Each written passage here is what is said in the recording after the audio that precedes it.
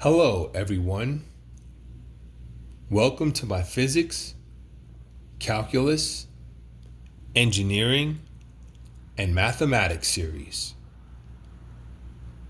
In this video, I am doing my best to understand adding and scaling vector valued functions and its concept. I have also done my best to write this in my own words with the following reference I've used for research. Thanks for your patience with my learning path journey. I have provided the reference I used in the description section. So let's get started. By now, hopefully, our familiarity is at least somewhat proficient when it comes to understanding the real number in terms of a function output.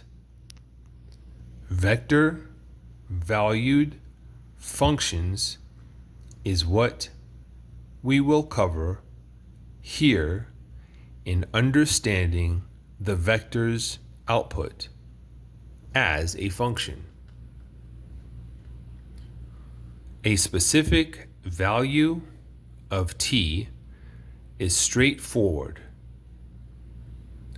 when evaluating a vector valued function. A component function at the value of t results in that evaluation.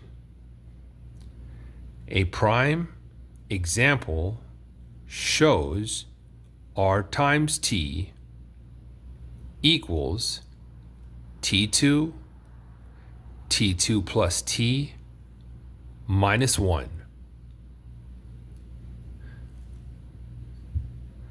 Then r times negative 2 equals 4, 1. This vector can be sketched, although the word cumbersome could come to mind when plotting a substantial amount of vectors that takes fruition.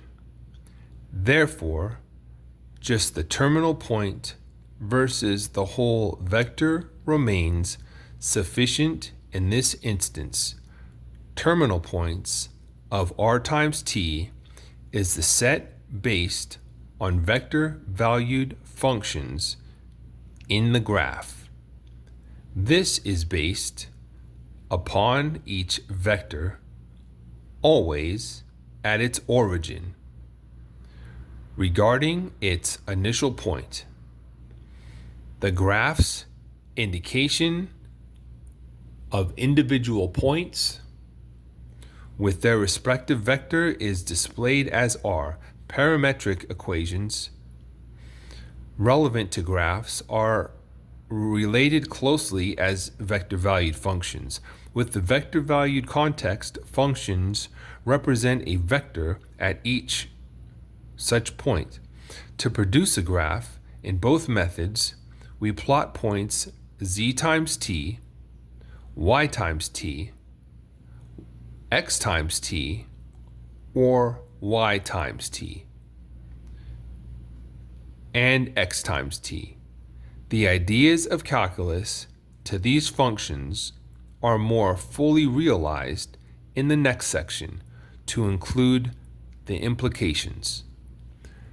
Thank you for watching and stay tuned for future videos.